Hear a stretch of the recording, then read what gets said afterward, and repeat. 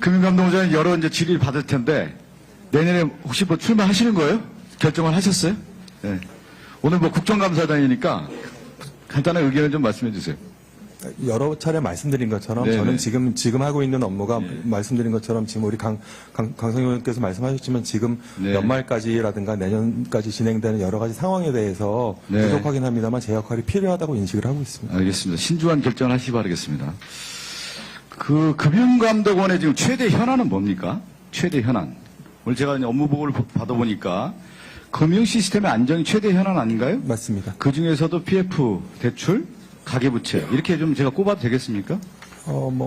이제 시장에서는 뭐 부동산 대체투자라든가 다양한 게 있지만. 자금 시장의 어떤 네. 경색이라든가 또 일부 이제 비은행권에 관련된 어떤 네. 몇 가지 지적하는 게 있습니다만. 그래도 이제 지금 가계부채가 지금 굉장히 큰 두 문제 가지 아니겠습니까? 건이 작은 건은 아니고 되게 상당히 중요한 큰 건 겁니다. 아닙니까? 예, 예. 근데 저는 이제 정책 결정자, 이제 국가를 운영하는 사람들은 중요한 것이 우리가 이제 어떤 단기 처방이 있지만 장기적으로 어떤 정책 결정이 이 처방에 의해서 사이드 이펙트, 혹시 뭐 부작용이나 역작용이 나오는 거에 대한 것도 우려를 해야 된다고 봅니다.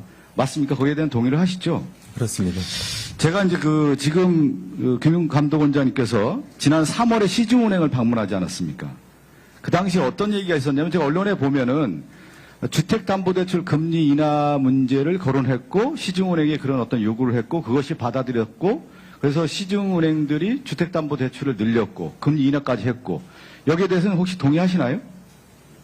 그 부분은 예. 제가 취약층이라든가 소상공인들과 관련된 어떻게 보면 과도한 금리 인상으로 인한 피해가 큰 부분들에 대한 어떤 배려에 관련된 부탁을 드린 거지 일반적으로 모든 금리를 근데 이제 우리가 제가 그렇게 얘기한다고 해서 금리가 내려가지는 않습니다. 사실. 우리가 이제 일반적으로 볼 때 예. 이제 금융감독원장이 어디를 가잖아요. 그러면 이제 가장 상징적인 인물이란 말이에요. 거기에서 어떤 얘기를 한 것에 따라서 시장에 영향을 줄 수 있는 겁니다.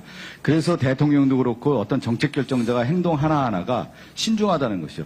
근데 공교롭게도 제가 이제 자료 하나 보면은 금융감독원장님이 3월에 그 시중은행장들 만나고 나서 이 대출이 상당히 늘어요. 가계대출 자체가. 그래서 그 당시 보면 2, 4분기에 한 6조 원이 시중은행이 늡니다.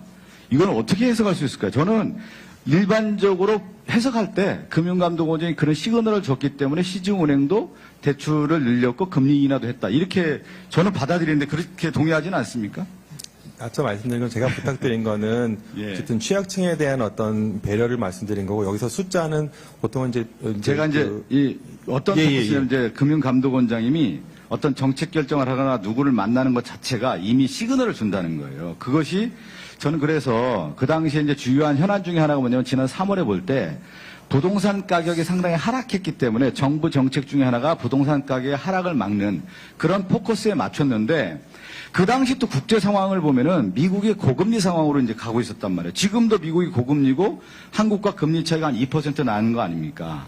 그런 가운데 우리나라가 금리를 안 올릴 수밖에 없는 상황에 와 있고. 근데 현실적으로 봤을 때 지금은 가계대출이 제가 그 금융감독원에 제출한 자료를 보면 가계대출이 1748조고요. 주택담보대출이 1031조로 지금 나오고 있더라고요.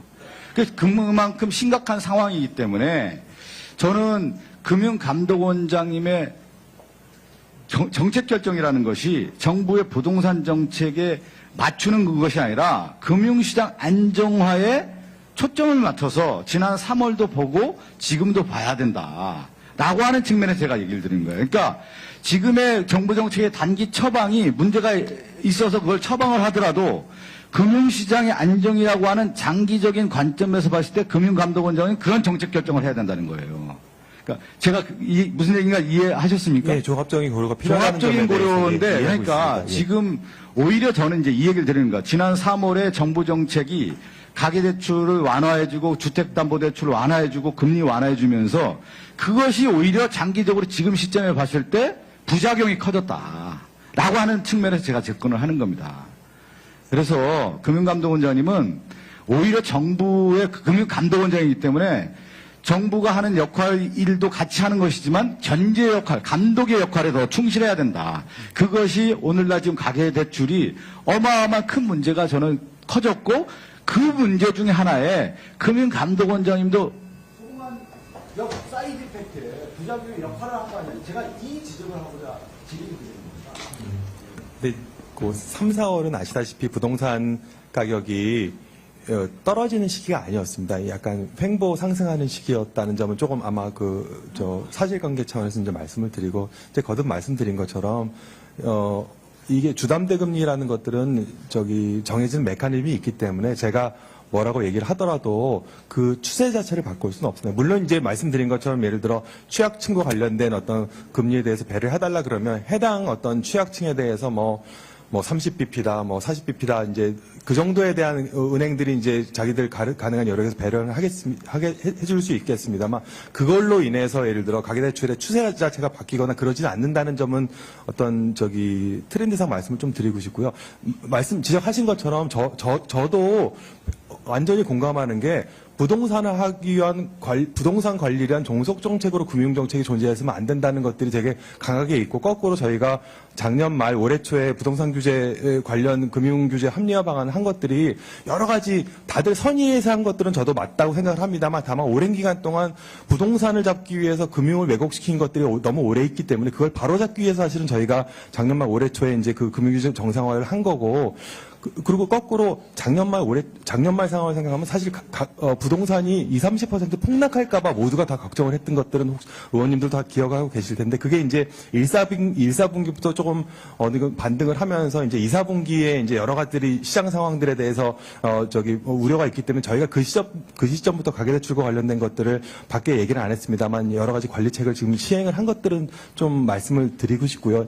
근데 다만 가계대출이라는 건 이미 많이 안 늘면 좋겠죠. 7-80% 이하로 관리가 되고 안 늘면 좋겠습니다만, 이미 100%, 105%까지 는 상황에서 그거를 급격하게 줄이는 것들은 지금 돈을 빌리고 그 돈을 갖고 지금 생계를 유지하고 있는 우리 국민들은 너무 큰 충격을 주기 때문에 스무딩 시킬 수밖에 없다는 게 정부 당국의 입장이라는 건 말씀을 드리고, 저희가 작년부터 올해까지 지금 최고치에는 105%가 넘는 것들에 대해서 저희가 이제 101% 이하로 지금 끌어들인 노력을 했고, 노력을 많이 하면 연말에는 그보다 조금 더 떨어질 수 있을 것 같고, 내년 내후년이 지나면 저희가 100% 이하로 하는 게 저희가 목표고, 그렇게 노력을 하려고 많이 방향성을 갖고 있다는 것을 얘기를 하고, 관련해서 저희도 한국은행 우리 이창용 총재뿐만 아니라 실무팀이랑도 한국은행이 지적하는 것들에 대해서 저희도 100% 문제의식을 공감하기 때문에 그런 부분들은 사실은 인식을 같이 하고 있다는 점을 말씀드리고, 다만 의원님께서 지적하신 것처럼 저희가 소소하게 따지다 보면 시간이 좀 늦는다든가 내지는 판단이 좀 부족하다든가 그런 부분이 있다는 걸 저희가 잘 알고 있기 때문에, 어쨌든 의원님들의 얘기와 언론의 얘기 등을 최대한 귀를 열어서 경청하도록 하겠습니다. 네, 수고하셨습니다. 다음은 존경하는 유이동 의원님 질의해 주시기 바랍니다.